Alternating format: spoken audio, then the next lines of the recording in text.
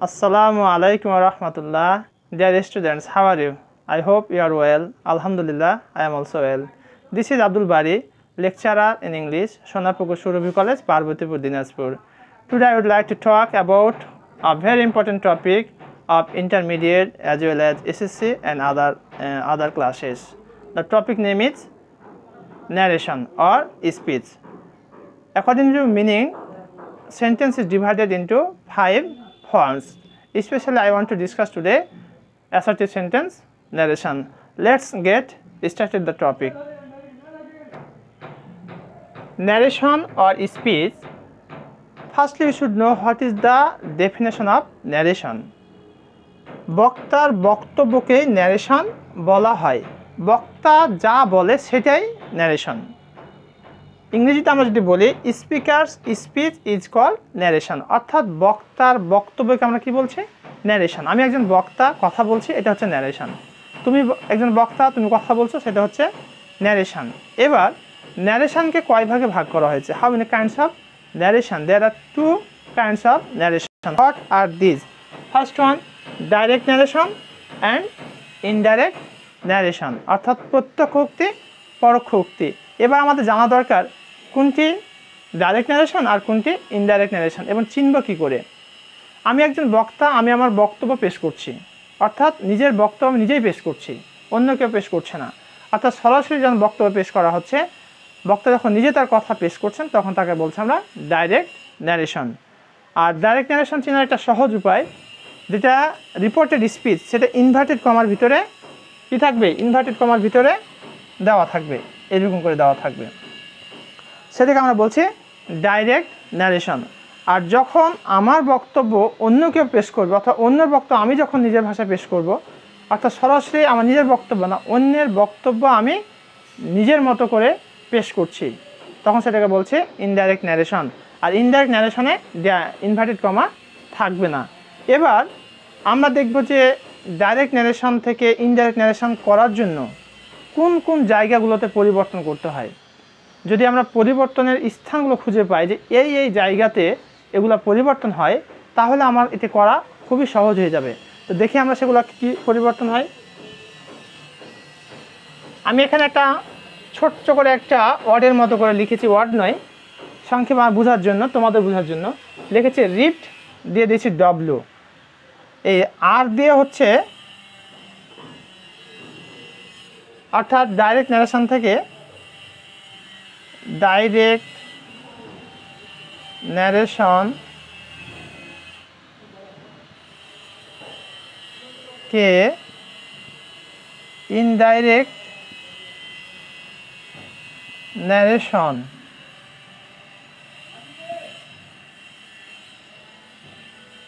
Direct ন্যারেশনকে indirect narration করার সময়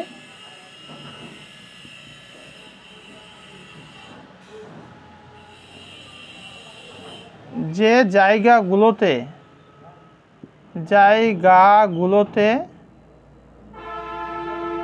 পরিবর্তন হয়,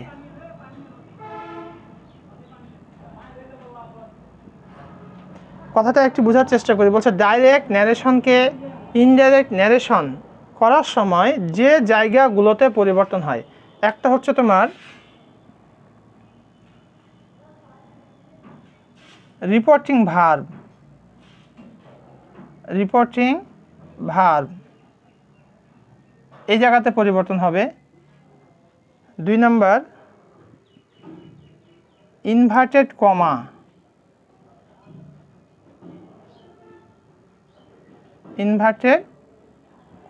3 নম্বর পার্সন, 4 নম্বর টেন্স, আর 5 নম্বর সাম ওয়ার্ডস।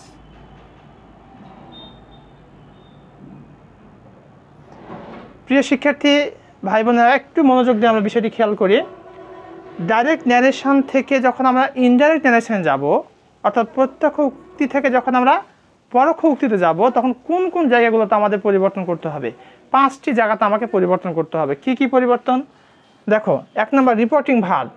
এখানে আমরা একটা উদাহরণ দিলে সহজ হবে বিষয়টি বুঝতে তোমাদের।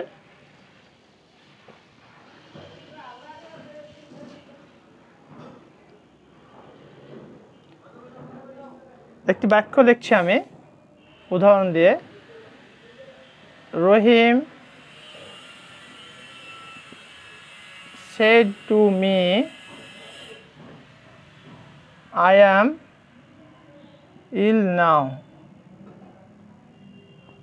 আচ্ছা, এখানে যে কথাগুলি বলেছে এটা হচ্ছে ডাইরেক্ট ন্যারেশন। কিভাবে বুঝবো? ইনভার্টেড কমা দেখে আমরা এটা বুঝে নেব, এটা ডাইরেক্ট ন্যারেশন। এবার এই ডাইরেক্ট ন্যারেশনকে আমরা ইনডাইরেক্ট ন্যারেশন করার সময় কোন কোন জায়গাগুলোতে পরিবর্তন হবে, আমি 5টি জায়গার কথা বলেছি। একটা হচ্ছে রিপোর্টিং ভার্ব। তো এই বাক্যে রিপোর্টিং ভার্ব হচ্ছে, এটা হচ্ছে রিপোর্টিং ভার্ব। এটার নাম কি? Reporting verb.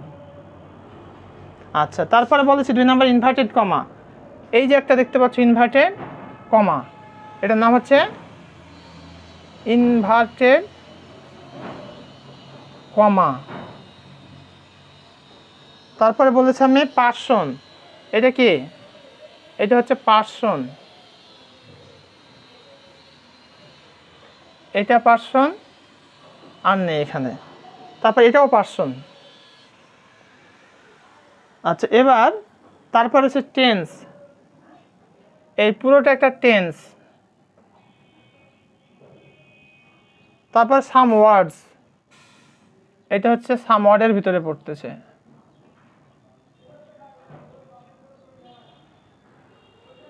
Dear learners, please listen to me what I say. This is very much significant. এইটি হচ্ছে একটা ডাইরেক্ট ন্যারেশন। ইনভার্টেড কমা আছে এখানে, ডাইরেক্ট ন্যারেশন। আমি বলছি 5টি জায়গাতে পরিবর্তন হয় যখন আমরা ইনডাইরেক্ট ন্যারেশন করব। একটা হচ্ছে পার্সন। এই যে একটা পার্সন, এটা একটা পার্সন, এটা একটা পার্সন। এই পার্সনের জায়গাতে আমাকে পরিবর্তন করতে হবে। কিভাবে পরিবর্তন করতে হবে সেটি নিয়ে আমি কথা বলবো অবশ্যই। এটা হচ্ছে রিপোর্টিং ভার্ব। তারপরে রয়েছে ইনভার্টেড কমা। এরপরে রয়েছে টেন্স। এই রিপোর্ট স্পিচটা টেন্সে থাকে, এটাও একটা টেন্সে রয়েছে। তারপরে কিছু ওয়ার্ড। এই সব জায়গাতে অর্থাৎ 5টি জায়গাতে আমাদের পরিবর্তন করতে হয়। এখন কীভাবে পরিবর্তন করতে হবে সেই বিষয়গুলো আমি তোমাদেরকে ছক আকারে ইনশাল্লাহ দেখাই দিচ্ছি এখনই। তোমরা একটু মনোযোগ সহকারে দেখবে। আর এই ক্লাসের আরেকটি যেটা গুরুত্বপূর্ণ বিষয়, যেটি না বললেই নয়, আমি এই ক্লাসে যে উদাহরণগুলি দিব সেই উদাহরণগুলি চেষ্টা করব আমি বোর্ডের সাথে যে প্রশ্নগুলি এসেছে তার সাথে ভারসাম্য রক্ষা করেই, অর্থাৎ বোর্ডের প্রশ্ন কীভাবে করে এই রুলের সাথে ম্যাচ করে, কীভাবে পরিবর্তিত হচ্ছে, আশা করছি সেগুলো দেখে তোমরা ক্লাসটি এনজয় করবে।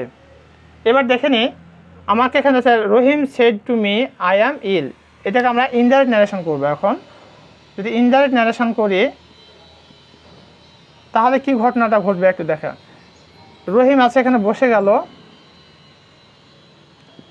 এটাকে বলা হয় রিপোর্টিং ভার্ব। একটা বিষয় তোমাদের বলে রাখি, রিপোর্টিং ভার্ব যদি পাস্ট টেন্সে থাকে তাহলে রিপোর্টেড স্পিচ পরিবর্তিত হবে। কিভাবে পরিবর্তিত হবে আমি একটা ছক আকারে এরপরেই তোমাদের দিব। তার আগে একটা বিষয় বলে রাখি এটি করার জন্য, সেটি হচ্ছে সেট পাস্ট টেন্স আছে, অতএব এটি পরিবর্তিত হবে। এটার নাম হচ্ছে রিপোর্টেড স্পিচ। এই পুরোটার নাম হচ্ছে রিপোর্টেড স্পিচ। রিপোর্টিং ভার্ব যদি পাস্ট টেন্সে থাকে তাহলে রিপোর্টেড স্পিচ পরিবর্তিত হয়। কিভাবে পরিবর্তিত হয় আমরা একটু পরেই দেখব সেটি। এটা হচ্ছে পাস্ট প্রেজেন্ট ইনডিফিনিট টেন্স, তাহলে এটা পাস্টে থাকার কারণে এটা পরিবর্তন হবে। কোন টেন্সে হবে? পাস্ট ইনডিফিনিট হয়ে যাবে। অর্থাৎ রিপোর্টেড স্পিচ যদি প্রেজেন্ট ইনডিফিনিটে থাকে তাহলে এটা পাস্ট ইনডিফিনিট টেন্স হবে। এবার আর এটাকে চেঞ্জ করে আমরা টোল্ড করব। কেন করব? অ্যাসার্টিভ সেন্টেন্সে সে বা সেড পরিবর্তিত হয়ে টোল্ড হয়। খেয়াল রাখতে হবে যদি রিপোর্টিং ভার্বের অবজেক্ট থাকে তবে আমরা সেখানে করব, আর যদি এখানে অবজেক্ট না থাকে তাহলে সেডই থাকবে, টোল্ড করার কোনো প্রয়োজন হবে না। আর যখন আমরা টোল্ড নিব তখন টুটি আর বসা যাবে না। এবার টোল্ড মি ইনভার্টেড কমা, অর্থাৎ অ্যাসার্টিভ সেন্টেন্সে ইনডাইরেক্ট ন্যারেশন করার সময় ইনভার্টেড কমা উঠিয়ে আমরা কি বসাবো? দ্যাট বসাবো। তাহলে এখানে দ্যাট বসাই দিলাম। এবার খেয়াল করো, রিপোর্টেড স্পিচ এটার নাম, এই পুরোটার নাম হচ্ছে রিপোর্টেড স্পিচ, অর্থাৎ ইনভার্টেড কমায়ের ভিতরে যে অংশটা রয়েছে এটার নাম হচ্ছে রিপোর্টেড স্পিচ। রিপোর্টেড স্পিচের সাবজেক্ট, এটার নাম কি? সাবজেক্ট। এখানে সাবজেক্ট যদি ফার্স্ট পারসন হয় তাহলে অনুসরণ করবে কাকে? এই যে রিপোর্টিং ভার্ব সাবজেক্ট রয়েছে এই সাবজেক্টটাকে অনুসরণ করবে। তাহলে এখানে আই আছে, কাকে অনুসরণ করছে? রহিমকে অনুসরণ করছে, তাহলে রহিমের প্রোনাউন কি হবে? হি। রহিমের প্রোনাউন হি, অর্থাৎ এখানে নাউনটি সরাসরি বসবে না, বসবে প্রোনাউনটি। তাহলে আই অনুসরণ করছে কাকে? রহিমকে। তাহলে এখানে হি হলো, এটা কোন টেন্স? Present indefinite tense. হবে কোন টেন্স? Past indefinite tense. তাহলে এম এর পাস্ট ফর্ম কি? ওয়াজ, অর্থাৎ হি এর সাথে ম্যাচ করে সেটি হবে হি ওয়াজ ইল। আর নাও থাকলে হয় দেন। তাহলে আমরা যে বলেছি একটু আগে যে 5টি বিষয় ডাইরেক্ট ন্যারেশনকে ইনডাইরেক্ট ন্যারেশন করার সময় পরিবর্তন হয়। একটা হচ্ছে আর দিয়ে হচ্ছে রিপোর্টিং ভার্ব, এটার নাম হচ্ছে রিপোর্টিং ভার্ব। দেখো পরিবর্তন হয় কি হয়েছে? টোল। তারপর বলেছে আই দিয়ে আমি ইনভার্টেড কমা চেঞ্জ করে কি বসাইছি? দ্যাট বসাইছি। তারপরে বলেছে আমি পার্সন, এখানে দেখো রহিম ছিল, এখানে আইটা ফার্স্ট পার্সন ছিল, তাই না? ফার্স্ট পার্সন অনুসরণ করেছে রহিমকে, দিয়ে রহিমের পরিবর্তে প্রোনাউন কি হয়েছে? হি হয়েছে। টি দিয়ে বলেছি টেন্স, দেখো আই অ্যাম ইল নাও, এটা কোন টেন্স আছে? Present indefinite tense. তাহলে আমার কোন টেন্স করতে হবে? Past indefinite tense. কখন করব? যদি রিপোর্টিং ভার্ব পাস্টে থাকে তাহলে এটা করেসপন্ডিং চেঞ্জ করতে হবে, অর্থাৎ প্রেজেন্ট ইনডিফিনিট টেন্স থাকলে পাস্ট ইনডিফিনিট, প্রেজেন্ট কন্টিনিউয়াস থাকলে পাস্ট কন্টিনিউয়াস। এই বিষয়গুলো আমরা ছক আকারে একটু পরে দেখব। আর এখানে টেন্সের পরে দেখেছি কিছু ওয়ার্ড, দেখো এখানে নাও থাকলে আমরা করেছি কি? দেন। এটা হচ্ছে কিছু ওয়ার্ডের ভিতরে পড়ে। তাহলে ডাইরেক্ট ন্যারেশনকে যখন আমরা ইনডাইরেক্ট ন্যারেশন করব তখন 5টি জায়গাতে পরিবর্তন হবে। এই 5টি জায়গা খেয়াল রাখতে পারলে আশা করছি তোমাদের ভুল হওয়ার সম্ভাবনা একেবারে জিরোর কোটায় চলে আসবে। আশা করছি ভুল হবে না। তোমরা এই বিষয়গুলি মনোযোগ সহকারে দেখো। এবার আমি তোমাদেরকে যেটি দেখাবো, একটি ছক দেখাবো যে কী করে টেন্স পরিবর্তন হয়, সেটি আমরা এখন খেয়াল করব।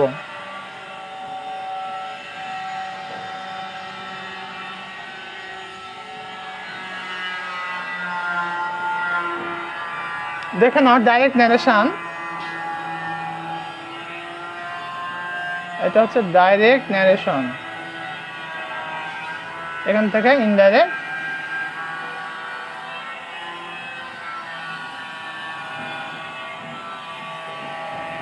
ন্যারেশন।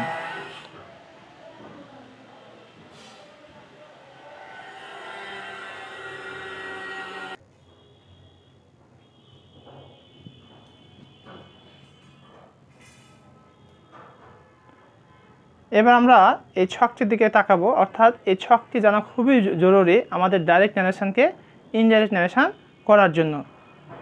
ডাইরেক্ট ন্যারেশন থেকে যখন ইনডাইরেক্ট ন্যারেশন করব তখন আমরা দেখতে পাচ্ছি যে প্রেজেন্ট ইনডিফিনিট থাকলে কি হচ্ছে? Past indefinite.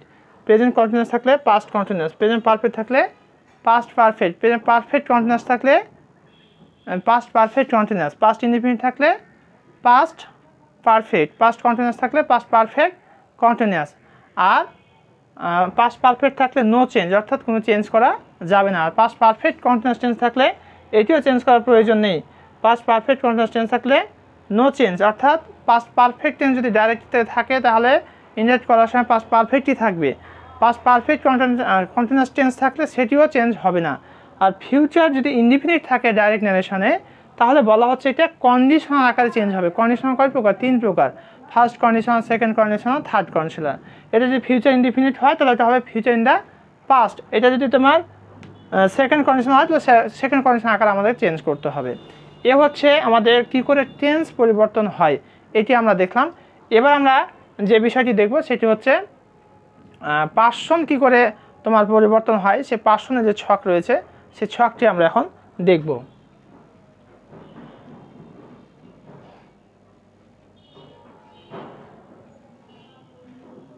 পার্সন পরিবর্তনের ছকটিও খুব জরুরি।